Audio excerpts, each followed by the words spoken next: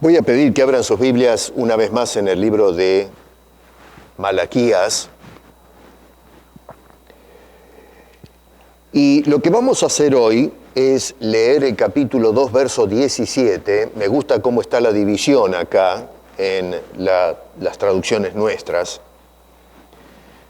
Usualmente lo que se hace es dividir en los capítulos, pero el verso 17 se lo coloca en la próxima sección porque justamente es el preámbulo a lo que se va a indicar en el capítulo 3. Por eso me gusta cómo está hecha la traducción.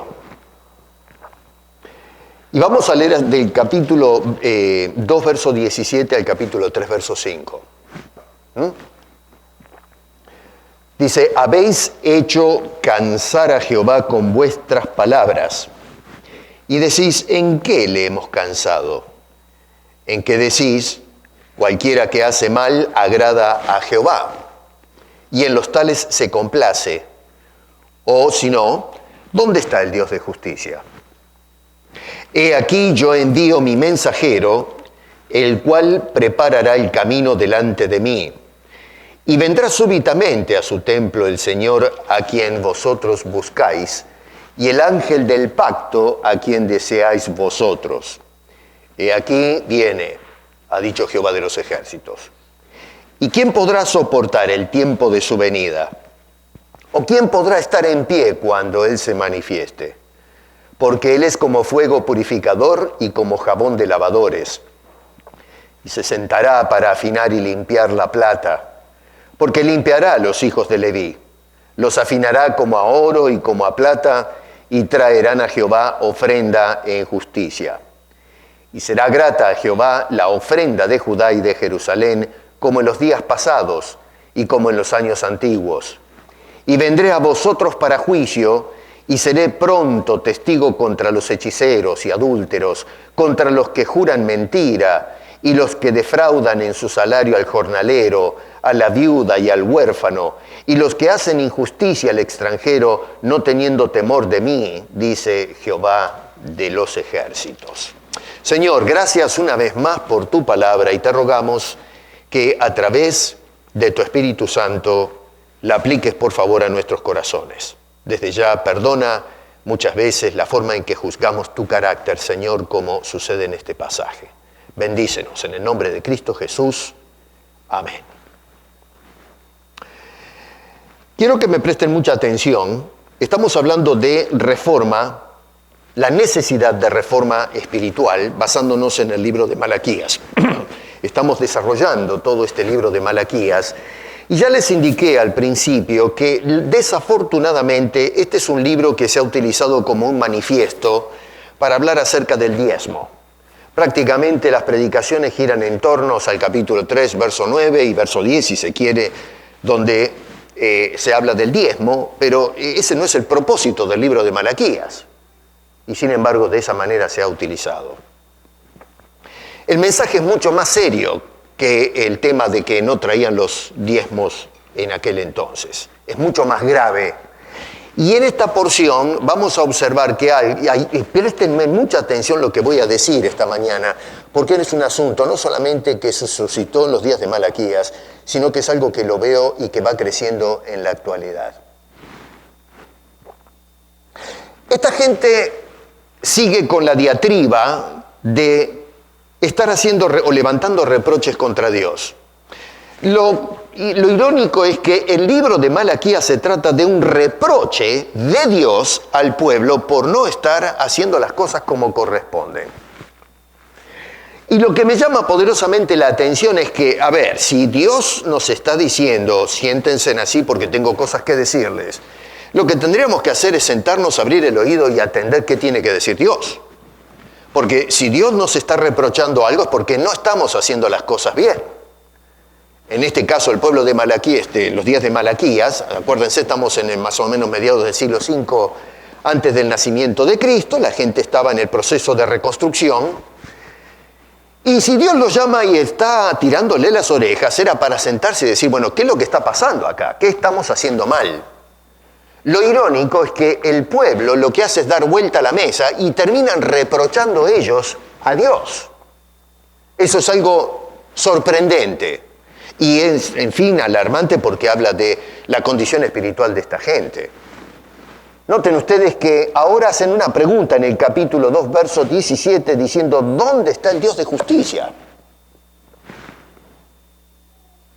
Yo digo, pero a ver, ¿la gente mide cuando abre la boca y habla acerca de Dios lo que está diciendo? ¿Dónde está el Dios de justicia, un Dios ausente? Yo entiendo que la gente que no conoce al Señor hoy hagan este tipo de aseveraciones que reprochen, ¿no? A ver, hoy estamos mirando a través de los medios de comunicación los líos que se están armando en el mundo. Ya llevamos una guerra en el sector, vamos a decir, ruso-europeo, y que se ha extendido por mucho tiempo y estamos observando a través de los medios de comunicación lo desastroso que es ese asunto. La semana pasada explotó este asunto, este conflicto en el Medio Oriente que la verdad las imágenes son terribles, las noticias que nos llegan son espantosas. Sin duda que a lo mejor la prensa manipula la información también, porque hay mucha geopolítica en todo esto, pero eso no quita de que realmente es un tremendo lío el que estamos manejando. Y en fin, después tenemos los problemas locales en la política, el problema económico, la desestabilidad social y una cantidad de cosas. Si uno mira el mapa y dice, pero esto está todo dado vuelta. ¿Dónde está Dios en medio de todo esto? Bueno, que un pagano haga este tipo de cuestionamientos, y ciertamente que lo hacen, muchas veces por desprecio a Dios y un desprecio por la cruz de Cristo, encaran a los cristianos y dicen, a ver, ¿dónde está tu Dios, ese Dios que tanto adoras y al cual depositas tu confianza? Lo que a mí me causa alarma es cuando este tipo de reproches lo hacen o salen de dentro del pueblo de Dios. Como en el caso de Malaquías, y hoy sucede también dentro de la iglesia. Personas que cuestionan la actividad divina considerando lo que está sucediendo en el mundo en general. Hace tiempo que yo estoy siguiendo los vaivenes dentro del campo evangélico en cuanto a la doctrina o la teología que se está predicando desde los púlpitos. Y bueno, tenemos este asunto del ministerio profético, el ministerio apostólico, donde gente se abroga una autoridad, una superautoridad que al fin y al cabo son los caudillos que dirigen la fe cristiana en estos días. Tenemos el fenómeno ahora también del evangelio de la prosperidad, como se da en llamar. Son tendencias, pero hay algo que me está llamando poderosamente la atención y que considero muy peligroso. Hay una tendencia, estuve en mi investigación en estos días escuchando algunos sermones que todavía no los encuentro en la esfera latinoamericana. Los he encontrado mayormente en la gente de habla inglesa, especialmente en el país vecino. No digo que acá no esté sucediendo, pero me imagino que va a suceder como toda tendencia. Predicadores que están incluyendo en su tesis un ataque al carácter de Dios, aunque ellos no piensan que lo están haciendo. Por ejemplo, estaba escuchando un predicador, esto es en inglés, yo lo estoy traduciendo al español, ¿no? Para que podamos entender a lo que me refiero, pero presentó un mensaje que tituló Dios es fiel, pero no justo. God is faithful, but not fair. Ese es el título. Quiero que piense, El contenido de la predicación, más o menos, otra vez, esto es una traducción mía, pero el Señor literalmente dice estas palabras: puedes estudiar el carácter de Dios y podrás apreciar muchas cosas acerca de Dios. Él es misericordioso, Él es bueno, Él es perdonador, but not fair. Es decir, en nuestro español, no justo. Dios no es justo, la vida no es justa, pero Dios es bueno. Eso es lo que dice el predicador textualmente. Lógicamente que en nuestro idioma español, para ser justos con la semántica, no existe una palabra correlativa con el concepto fair o fairness. Pero en español la traducción más acertada que tenemos de ese concepto es justo. No es justo. La vida no es justa, Dios no es justo. La palabra fairness se asemeja, otra vez en español, como decir Dios no es equitativo, Dios no es imparcial. Más o menos sería la idea o el concepto. Otro predicador dice: unos son pobres y nacieron pobres, otros ricos. Eso no es justo. Todos mis hermanos son más altos que yo. Eso no es justo. Y entonces luego aplica esto a cómo Dios permite que unos sean más altos y otros más cortos. God is not fair. Estaba buscando el significado de esa palabra en inglés, y más o menos lo que nos dan, sin complicar mucho la cosa acá, cuando se habla de fairness, en ese sentido, se trata de la percepción subjetiva del hombre acerca de la forma en que Dios se conduce, hablando en ese contexto. Es decir, que el hombre observa, percibe e interpreta los actos de Dios y llega a la conclusión de que en algunas cosas Dios no la acierta. Dios is not fair. Es decir, hay acciones o inacciones de parte del Todopoderoso que a veces muestra que falta equidad o falta imparcialidad en el Señor. Es decir, tomando el contexto de la carta de Malaquías en el capítulo 1, cuando dice Dios amó a Jacob y aborreció a Esaú. That's not fair. ¿Por qué? Porque Dios amó a uno y aborreció al otro. Si ninguno de los dos merecía la atención de Dios, ¿cómo es posible que Dios dijo a este sí, a aquel no? God is not fair. Bueno, escúchame una cosa. El hombre, entonces, notamos que percibe las circunstancias como parcialidad de parte de Dios. Es decir, Dios termina diciendo, no es justo, no es equitativo en su accionar con la gente o la creación. Hermano querido, si no te estás dando cuenta, eso es sentarse a juzgar el carácter de Dios. No importa cuán elocuentes sean los predicadores, pero lo que se está haciendo hoy, esto otra vez es una tendencia que está comenzando a tomar fuerza, es sentarse el Hijo de Dios, el creyente, a sentarse a juzgar el carácter de Dios debido a cómo acciona o no acciona en ciertas circunstancias. Cosas que nosotros no podemos controlar, pero sin embargo Dios, porque es el Todopoderoso, sí puede controlar, pero responde de una manera pasiva. Eso es percibido como injusto. No es justo que un niño de 5 años sea abusado. No es justo que una mujer sea abusada por un delincuente. No es justo lo que está pasando en el Medio Oriente. Las desventajas bélicas o el armamento que tiene una facción con otra. No es justo que haya personas pobres y otras ricas.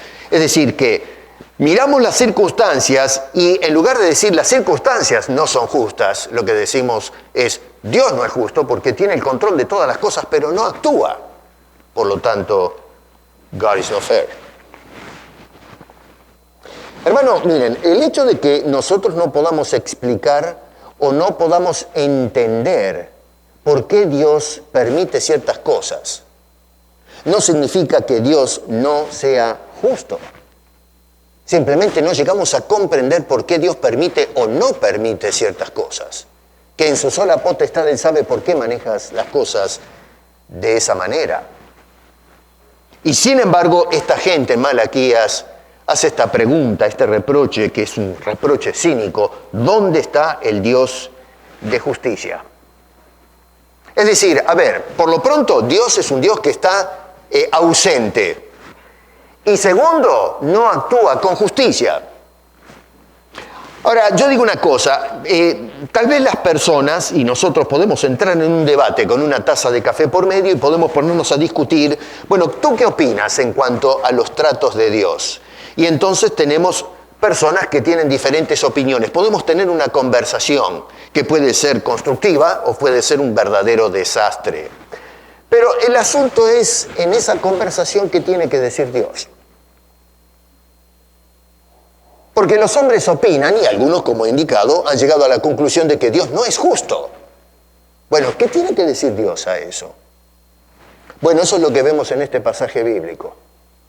La respuesta de Dios a una acusación semejante y temeraria. La frase clave que encontramos acá en el capítulo 2, verso 17 es: habéis hecho cansar a Jehová. El profeta, acuérdense que es un mensajero de Dios que le está hablando a un pueblo problemático y dice: habéis hecho cansar a Jehová. Y quiero que vayan observando la dinámica del contexto, porque ya Dios ha mostrado o ha declarado o reprochado que está cansado con la manera de conducirse de esta gente. Está cansado con las ofrendas que le traían.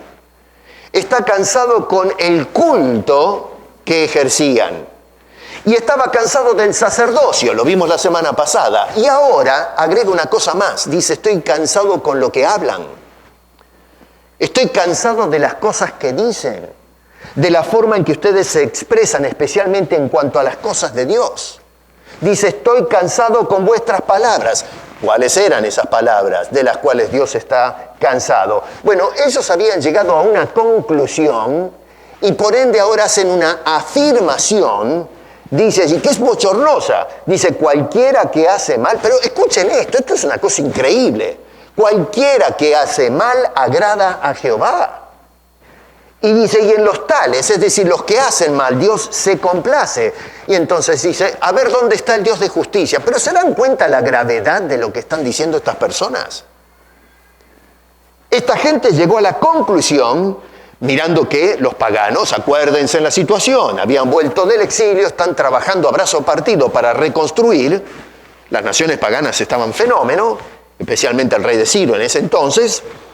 Y bueno, ellos se comparaban con los demás. Las paredes recién las están levantando, están en medio de escombros, el campo está sin cultivar, no hay casas, en fin, hay que trabajar desde cero, levantar toda la infraestructura y hacer mover la economía del país. Pero si acaban de llegar, y entonces les comparaban con los demás y decían: pero ¿dónde está la bendición de Dios? Que Dios se ponga del lado de los malvados. Y no solamente eso, pero se place en las acciones injustas de los malvados. Eso es un juicio al carácter de Dios. Es una barbaridad lo que está diciendo esta gente. Y lo que hace esta acusación, lo que hace es exponer la falta de confianza y la falta de reverencia que se tiene hacia Dios. Es por lo pronto el Dios que los trajo de nuevo a la tierra cuando no merecían haber sido traídos de nuevo. No nos olvidemos que fueron a parar a Babilonia por haber sido rebeldes por mucho tiempo a las pautas que Dios les había impuesto al pueblo para poder ser bendecidos y seguir en una constancia. O sea que, a ver, esta acusación lo que hace es ubicar a Dios del lado de la injusticia y a esta gente lo sienta en el banco de juez para juzgar justamente el carácter y el proceder de Dios. Con razón que Dios protestaba en el capítulo 1, verso 6, ¿se acuerdan? ¿Dónde está mi honra? ¿Dónde está mi temor? Reprochaba el Señor del pueblo. Tenía razón. Y entonces Dios lo que va a hacer es que va a responder a la pregunta de esta gente, esta increpancia de decir: ¿dónde está el Dios de justicia. Y Dios, entonces le responde, así que ustedes quieren ver dónde está ese Dios de justicia, bueno, yo se los voy a mostrar. Yo les voy a mostrar a ese Dios de justicia. Y dice que Dios va a traer la justicia. Capítulo 1, verso 5, dice, y vendré a vosotros, ciertamente. Dicen, ¿dónde está? Bueno, yo voy a venir. Pero noten que dice, voy a venir para juicio. Atención con esto. Porque la justicia va a ser, cuando venga, para todos. No para algunos, como pensaban ellos. Va a ser para todos y contra todos.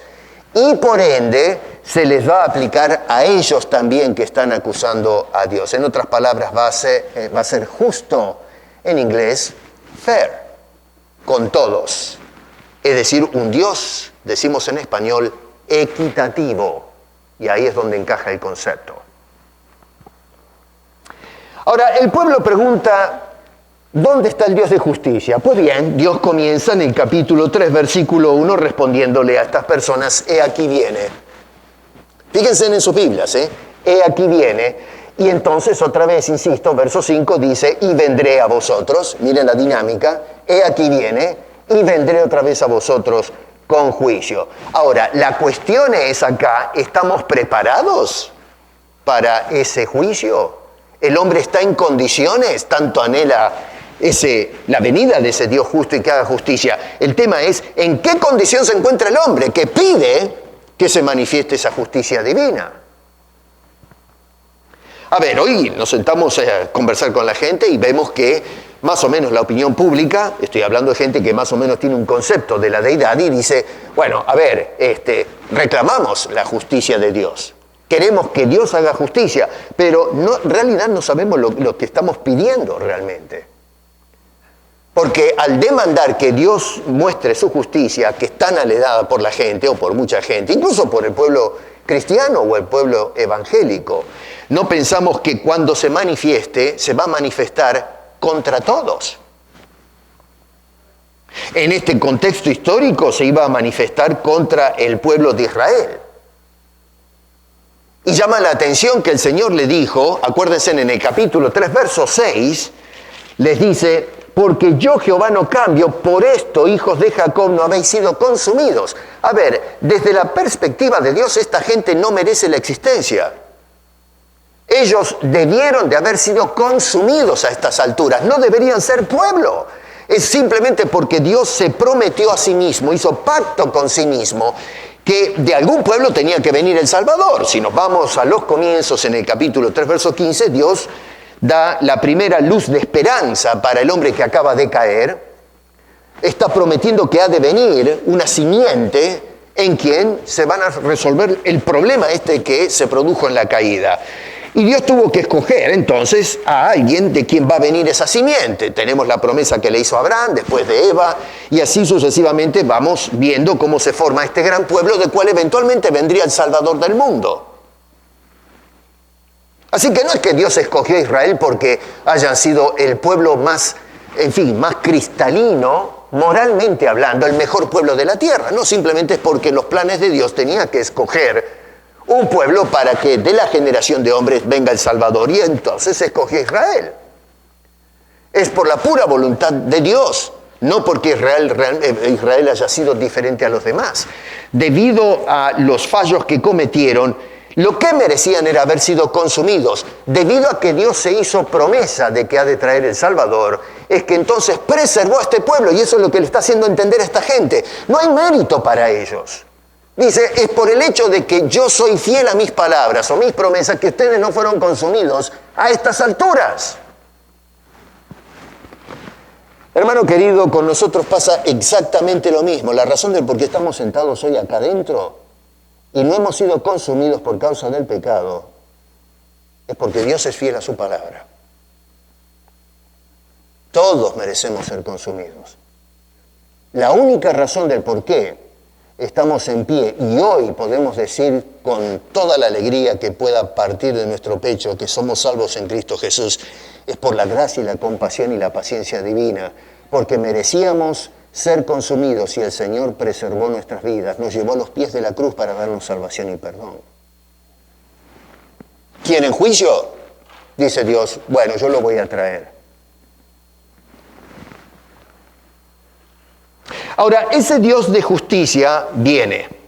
Pero ojo, ¿qué clase de Dios es este? Bueno, primero, capítulo 2, verso 17, es un Dios enfadado. A ver, usualmente hablamos de que Dios es un Dios de amor, y es verdad. Que Dios es compasivo, es verdad.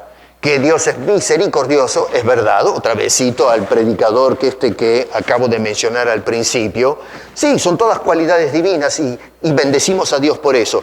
Pero yo no sé por qué esas cosas eclipsan este aspecto de Dios, que es un Dios que está enojado, está enfadado con el pecado, está enfadado con los pecadores. No estoy tratando de volcar la atención hacia un Dios enojado y eclipsar todo lo demás.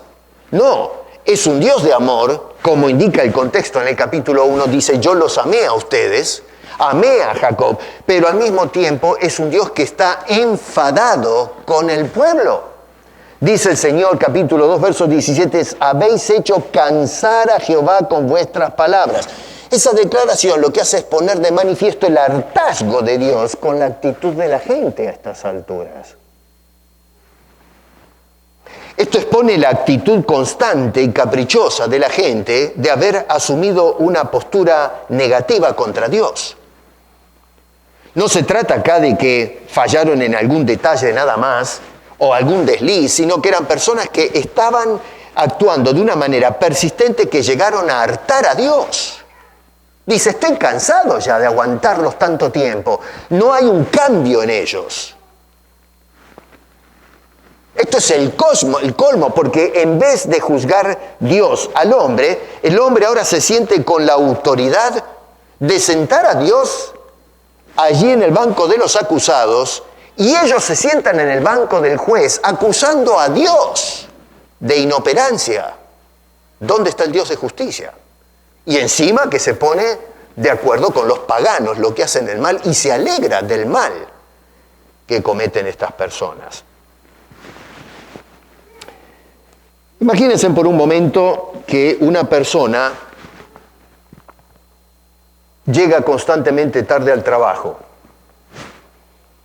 Y luego, cuando entra a trabajar, no cumple con sus responsabilidades laborales. ¿Me siguen? Esta persona que llega tarde y no hace el trabajo que le corresponde, comienza a quejarse y a despotricar, acusando al jefe de que todo el tiempo le está reprochando que llega tarde y no hace el trabajo, y acusa también a la compañía porque no le da las oportunidades que él estima es necesaria y que merece después de tanto esfuerzo y tantos años de haber trabajado en la compañía. Se queja contra el jefe y se queja contra la compañía, en lugar de reconocer que la razón del por qué está estancado es porque es una persona irresponsable en cuanto a cumplir con el horario y con las responsabilidades laborales. Nos parece ridículo eso, ¿no? Bueno, eso es lo que está pasando con Israel. A ver, esta gente está en la condición en que se encuentra, no porque Dios los metió ahí caprichosamente, sino que fue la consecuencia y la acción disciplinaria de Dios para enseñarles que el camino que optaron por caminar es un camino de fracaso, lejos de Dios, en desobediencia, eso no los lleva a ninguna parte. Ellos fueron obstinados, no escucharon a los profetas cuando les advirtieron que el camino que habían escogido era un camino de ruina. Y bueno, ahora estas son las consecuencias de haber actuado mal. Pero ahora ellos le echan la culpa a Dios de ser inoperante. Es una cosa que no se puede entender. Con razón que Dios está enfadado, está enojado con ellos. Han llegado a llenarle el colmo al Señor.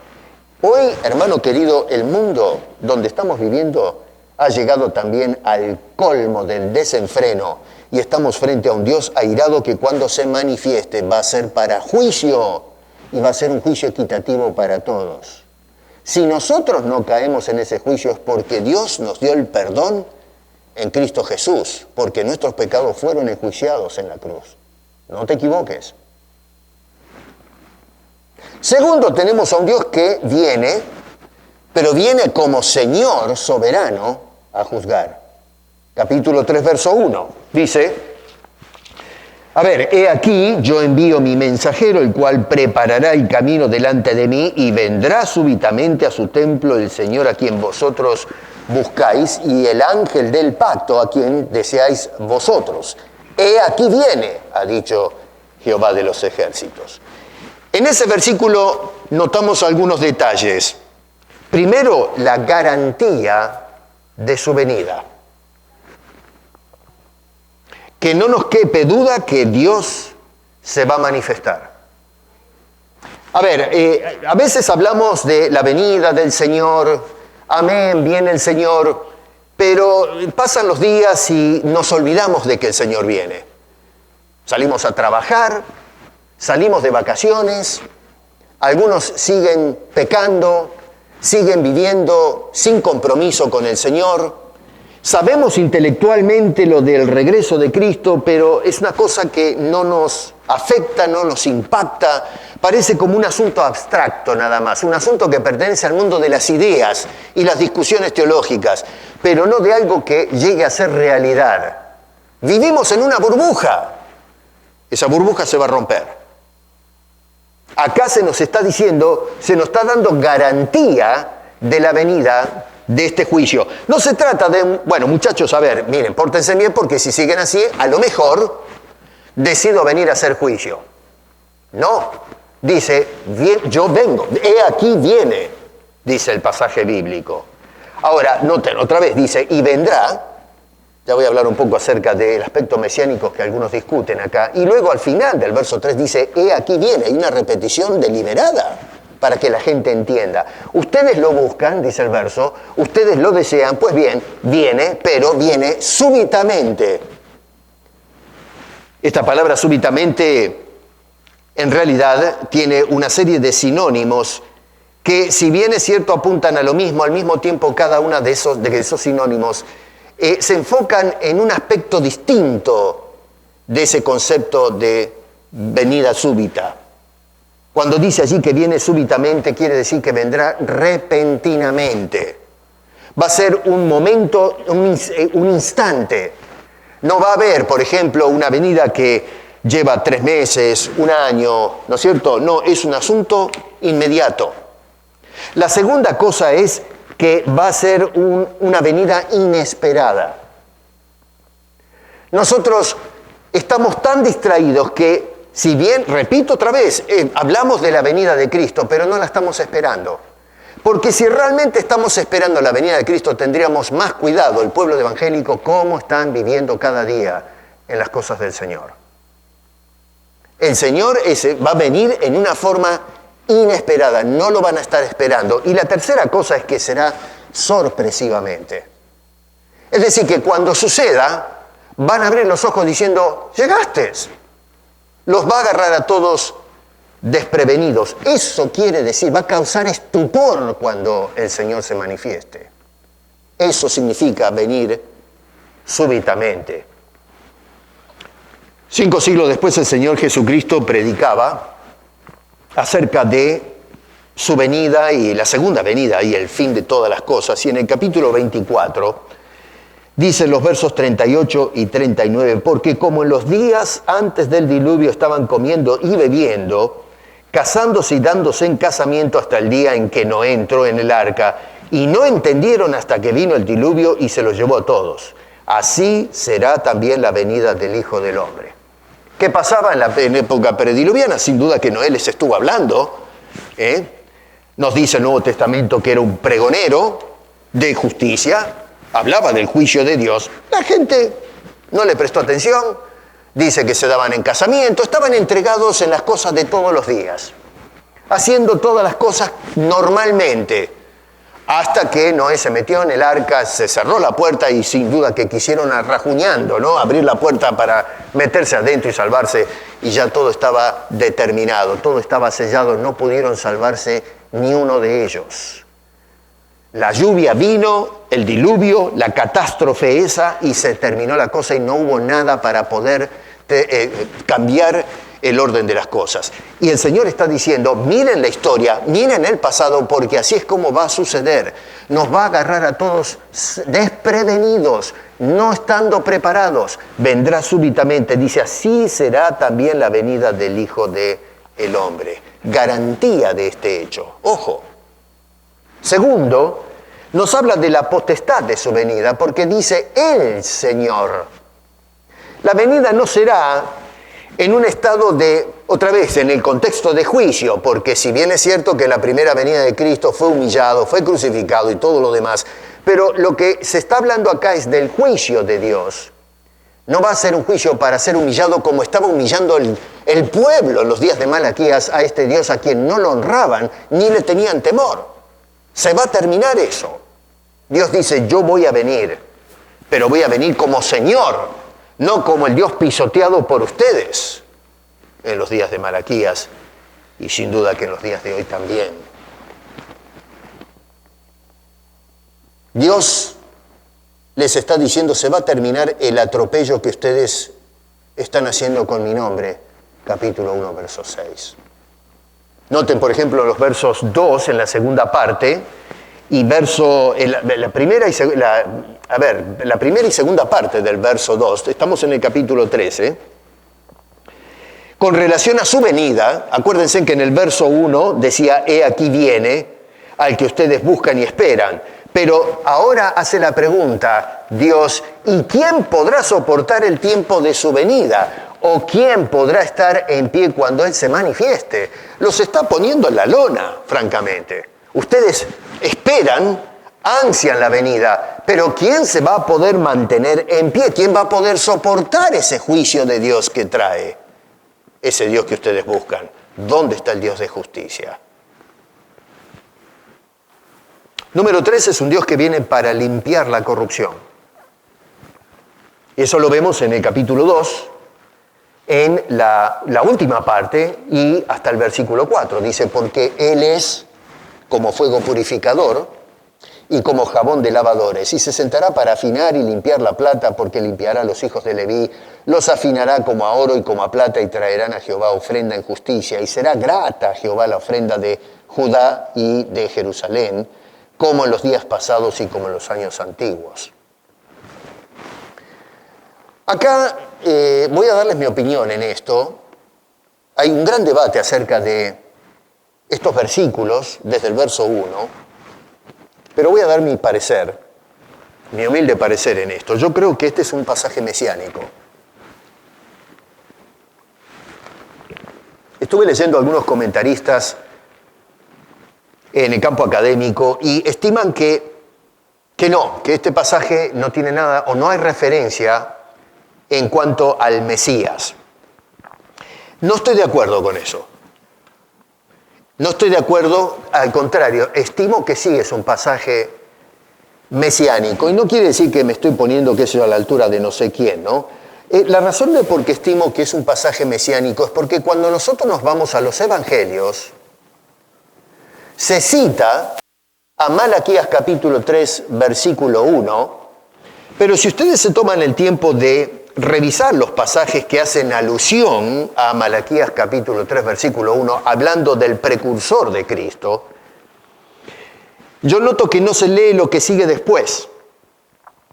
Y en los evangelios se utiliza Malaquías para hablar del precursor, es decir, de Juan el Bautista, pero luego más adelante se habla acerca de otros pasajes bíblicos que hablan del que preanuncia la venida del Mesías. Y entonces se citan Malaquías 3.1 y Isaías, por ejemplo. Entonces, lo que yo observo es que el tratamiento que se le ha dado por los escritores del Nuevo Testamento es que este pasaje, junto con otros de Isaías, son anexados precisamente para hablar del primer advenimiento del Señor Jesucristo.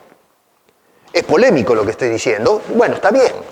Pero a mi juicio, basado en cómo se utilizó la Escritura por parte de los escritores inspirados, estimo que sí, Señor, toda esta porción, si bien es cierto que escatológicamente está hablando del juicio, y lo vamos a ver más adelante en el capítulo 4, futuro, algunos dirían el segundo retorno de Cristo, sin embargo, en este caso, estimo que se está refiriendo a la primera venida de Cristo, que vino justamente a juzgar el pecado.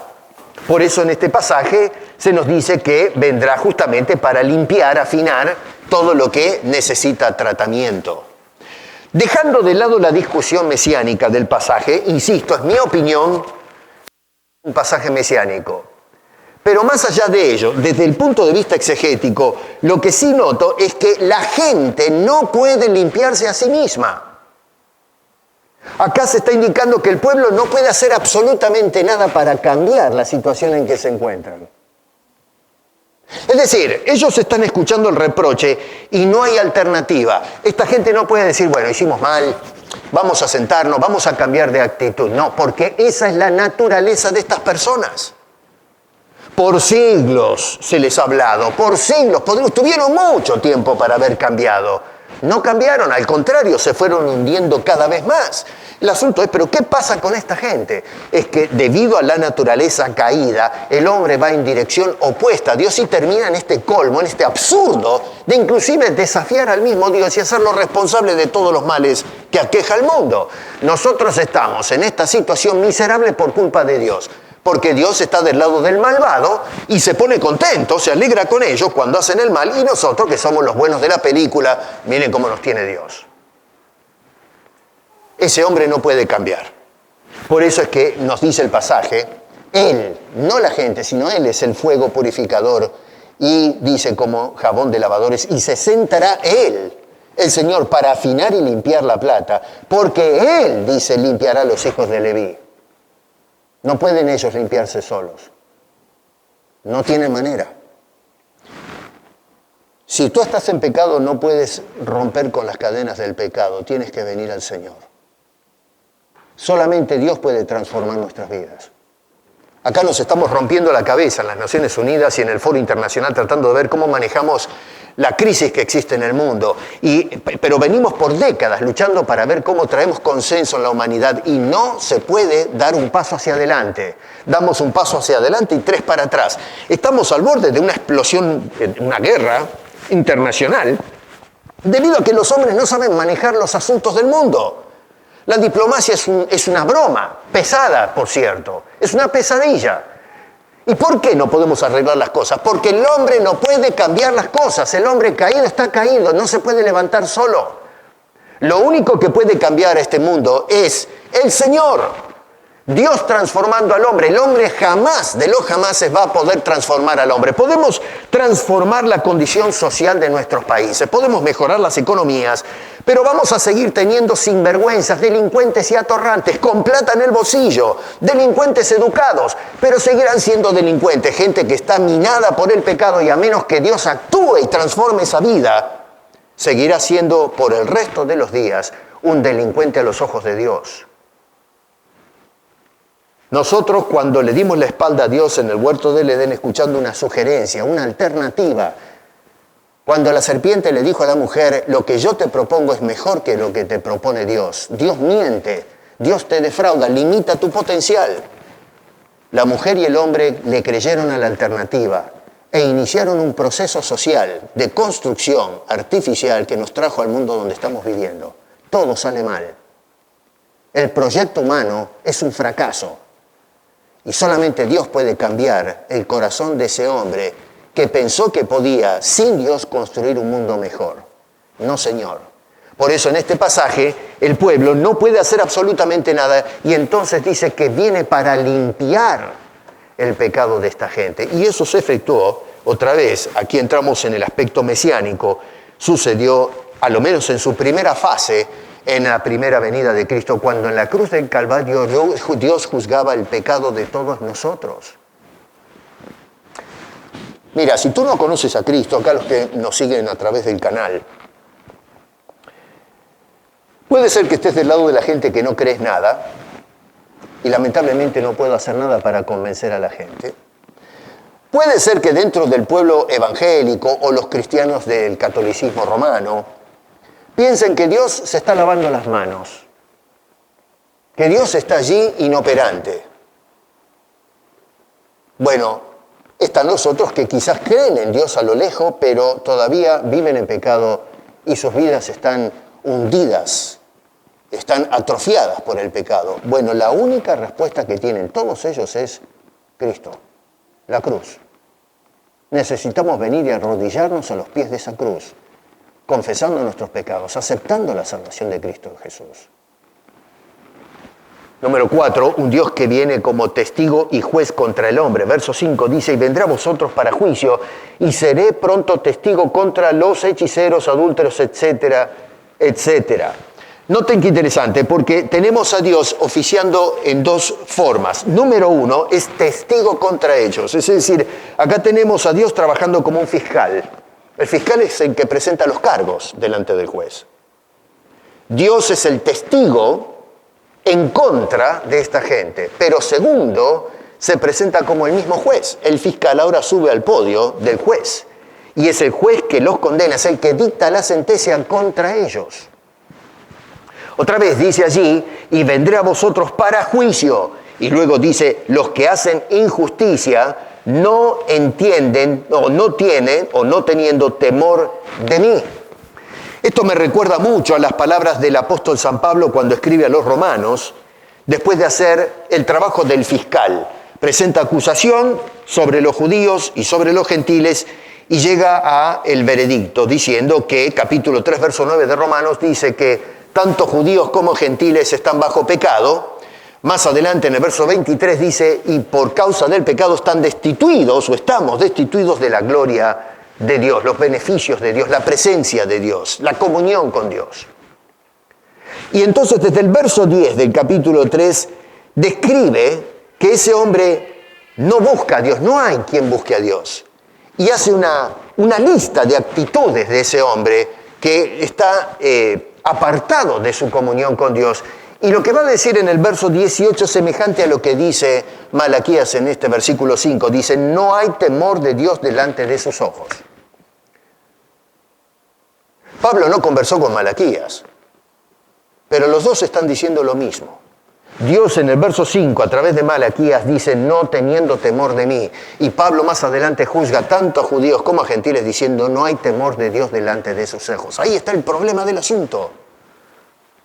Cuando una persona se conduce de una manera antagonista a la voluntad de Dios, cuando adora a Dios de la forma cínica que lo hizo esta gente, cuando traen las ofrendas que no sirven para nada que traía esta gente, y traían bastante ofrenda, ya lo hemos visto, cuando el sacerdocio, hoy reemplazado por la gente de púlpito, los maestros, los que enseñan, y que lo que hacen es corromper la palabra de Dios para llenarse los bolsillos. Y encima ahora tenemos predicadores que cuestionan el carácter de Dios de boca. La razón de todo eso es porque no tenemos temor, no existe reverencia por Dios. Nos llenamos la boca hablando de Dios, cantamos, pero seguimos usando el nombre de Dios en vano, pisoteamos la grandeza de ese Dios como indicó en el capítulo 2 el escritor sagrado. En definitiva, hermano, hemos visto cómo la gente en los tiempos de Malaquía cuestionaba la justicia de Dios y cómo hacían responsable a ese Dios de las circunstancias injustas que ellos estaban experimentando en la época y en las situaciones que estaban encarando. Lo que nos muestra este incidente es que las percepciones humanas de justicia puede ser una percepción limitada o sesgada de la realidad y que a menudo juzgamos a Dios en lugar de mirar nuestras propias fallas, nuestros propios errores. Y entonces tenemos la tendencia de hacer responsable a Dios de todo lo que hay mal en este mundo, incluso lo que está pasando y lo que está mal dentro de la iglesia cristiana en la actualidad. Vemos acá en este pasaje que Dios promete venir como un Dios justo y un Dios soberano, no como pensaban ellos y como piensa la gente en la actualidad. Un Dios que vendrá, pero vendrá trayendo juicio y purificación y también equidad para todos los hombres. La justicia de Dios no se basa en nuestra comprensión limitada de sus acciones y providencias, sino en el carácter inmutable de Dios, como dice en el capítulo 3, versículo 6. Hoy en un mundo lleno de problemas, de dificultades, y lleno de preguntas, de cuestionamientos, ¿por qué suceden las cosas que están sucediendo a nuestro alrededor?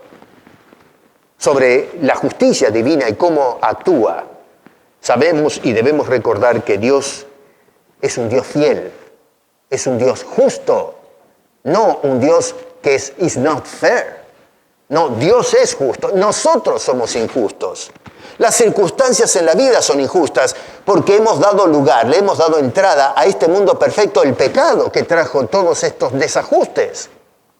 Las circunstancias son el resultado de la caída del mundo, no porque Dios sea un Dios injusto. Aunque no siempre entendamos la manera en que Dios opera, su procedimiento, podemos confiar en Él, que Dios es soberano y que Dios es un Dios de justicia y que su justicia, hermano querido, no la nuestra, prevalecerá sobre todas las cosas. La pregunta que nosotros tenemos que hacernos es, ¿estamos preparados nosotros realmente para recibir la manifestación de esa justicia de Dios? ¿Estamos dispuestos nosotros a someternos a sus juicios? Cuando nos analizamos con toda sinceridad y decimos, ven Señor pronto, ¿estamos realmente preparados para recibir al Señor? ¿O simplemente citamos un credo? Hay que creer en la segunda venida de Cristo. Pero ¿y qué cuando venga? ¿Cómo nos va a encontrar el Señor? ¿En qué condición está tu vida delante de un Dios de justicia y equidad? Un Dios que es fair con todos. A medida que nosotros reflexionamos sobre este asunto, recordemos también, hermano, en la gracia, la paciencia de Dios que nos ha permitido tener la oportunidad de venir y todavía nos está extendiendo esa oportunidad, ese tiempo para venir y caer a los pies de la cruz para que Dios nos limpie de los pecados y podamos esquivar el juicio que viene sobre este mundo. Si tú escuchas esto y te vas como que no escuchaste nada, te estás suicidando. Vas a vivir un poco de tiempo en la rutina, pero te estás suicidando. Te estás tirando de cabeza al juicio de Dios que nos está garantizando que viene. Y no vas a poder zafar de ese juicio, a menos que hayas pasado por la cruz. Mi desafío, no solamente para ustedes, sino para todos nosotros, esto me incluye a mí también, hermanos, es que busquemos o empecemos a buscar una comprensión más clara, más profunda de quién es Dios. Que no lleguemos a conclusiones descabelladas como estos predicadores que están trayendo un nuevo tipo de predicación. Que comprendamos mejor el carácter de Dios y que confiemos incondicionalmente en su justicia, incluso cuando no entendemos completamente sus propósitos. Recordemos en todo momento que Él es un Dios de amor y gracia, pero también un Dios de justicia y que va a poner las cosas en orden cuando llegue el momento. Que nuestras vidas reflejen esa confianza en Dios y su justicia a medida que nosotros caminamos a diario en fe y obediencia. Que busquemos vivir vidas que honren a Dios en todo lo que hacemos, lo que pensamos. Y que cuando la pregunta surja en nuestros corazones, ¿dónde está el Dios de justicia?, podamos responder con firmeza, sabiendo que Él está presente, soberano y fiel en todo momento. Imaginen por un momento, muchos de nosotros somos padres y abuelos también, ¿no? ¿No es cierto, Omar? Tenemos un montón de nietos ahora. Imaginemos por un momento que uno de esos chiquitos está enojado con nosotros porque no le permitimos hacer algo que resulta peligroso. Y ese hijo o ese nieto dice, es injusto, it's not fair, que no me dejes hacer lo que quiero. Y sin embargo nosotros, porque ya pisamos baldosas y sabemos más, le decimos no. La criatura no puede entender la razón del por qué decimos que no. No tiene todavía la capacidad para entender, no tiene noción del peligro o de las consecuencias. Nosotros que ya hemos caminado entendemos mejor. Sería injusto que el niño haga un juicio de valores que considere que es la realidad de nuestro carácter. No, Señor, es una percepción errónea de que estamos actuando con injusticia. Dad is not fair. Mom is not fair. Porque no me deja hacer algo que es peligroso. Yo no lo veo como peligroso, pero lo es. No, Señor, no es que somos injustos. Es por amor que estamos evitando el peligro. Y así actúa Dios con cada uno de nosotros. Tal vez no puedas entender, como esta gente cerrada, esta gente necia, no pueden entender por qué Dios mueve la rueda de la creación de la forma que lo hace. Pero lo hace con amor, con justicia, con equidad para todos. Porque Dios es un Dios fair, un Dios justo, un Dios soberano. Y Él sabe mejor que todos nosotros. David dijo en el Salmo 89, verso 14, justicia y juicio son el cimiento de tu trono, misericordia y verdad van delante de tu rostro. Hermano querido, necesitamos una reforma en nuestro pensamiento. Nosotros estamos juzgando el carácter de Dios, diciendo que Dios no es fair. Lo que mismo que hizo esta gente, diciendo, ¿dónde está el Dios de justicia? Está con los malvados, en lugar de estar con nosotros. No, Señor. Dios está con, pero también está contra todos. Y la única esperanza que tiene el hombre de caer en las manos de la justicia de Dios es pasando por la bendita cruz de Cristo, en donde se juzgan nuestros pecados y se nos otorga el bendito perdón, no porque lo merezco, soy mejor que los demás, porque yo también merezco ese juicio, pero Dios juzgó mi pecado en los méritos de su Hijo Jesucristo. Dios hizo justicia justa al haber hecho morir a alguien en nuestro lugar. No desperdicies la oportunidad que, como hizo el pueblo de Israel en estos días, bueno, el pueblo de Judá, Israel, en fin, está dividido en esta época, pero no desperdiciemos la voz de Dios, la palabra de Dios, que nos hace el llamado clemente para hacernos zafar del juicio que está asegurado sobre todo este mundo y sobre la historia de la humanidad. ¿Estás preparado para ese juicio? ¿Estás preparado para la venida de ese gran día? Espero que te prepares ahora cuando hay tiempo, porque llegará el momento en que no habrá más oportunidad, no habrá más tiempo. Ven a los pies de Cristo Jesús para salvación, perdón y vida eterna. Señor, en el desarrollo que estamos haciendo de este libro, vamos observando cosas que se van alejando de este tema del diezmo, que ya vamos a observar, Señor. Pero no sé por qué, Señor, hemos llegado al punto de manipular las Escrituras de tal forma que no escuchamos más la voz de Dios. Vamos detrás de la billetera de la gente, en lugar de ir detrás del corazón de la gente. Y lo que vemos en este pasaje, Señor, es como tú vas con paciencia detrás del corazón de la gente. Dice el Señor, he aquí, viene y viene con juicio. Padre, te estamos esperando, pero haznos aptos para ese día de gran juicio. Y lo has hecho a través de Jesucristo, enviándolo a morir por nuestros pecados. Yo te imploro, Señor, en el nombre del bendito Salvador. Te ruego, Señor, que traigas salvación, que traigas tu equidad, que trates con el mundo. Tal vez nosotros no entendemos por qué actúas de cierta manera, Señor. Ayúdanos a aceptar que tú eres un Dios justo. Y perdónanos cuando quizás, como esta gente, dudamos de tu justicia. Hay quienes lo están haciendo. Ayúdanos a confiar, a estar parados firmes en que todo lo que tú haces, incluso lo que no haces, está regulado por tu divina justicia y tu equidad. Gracias, Señor, por tu palabra. Ayúdanos en el camino a los pies de la cruz para aceptar tu salvación y vida eterna. Te lo pedimos en el nombre precioso de Cristo Jesús. Amén.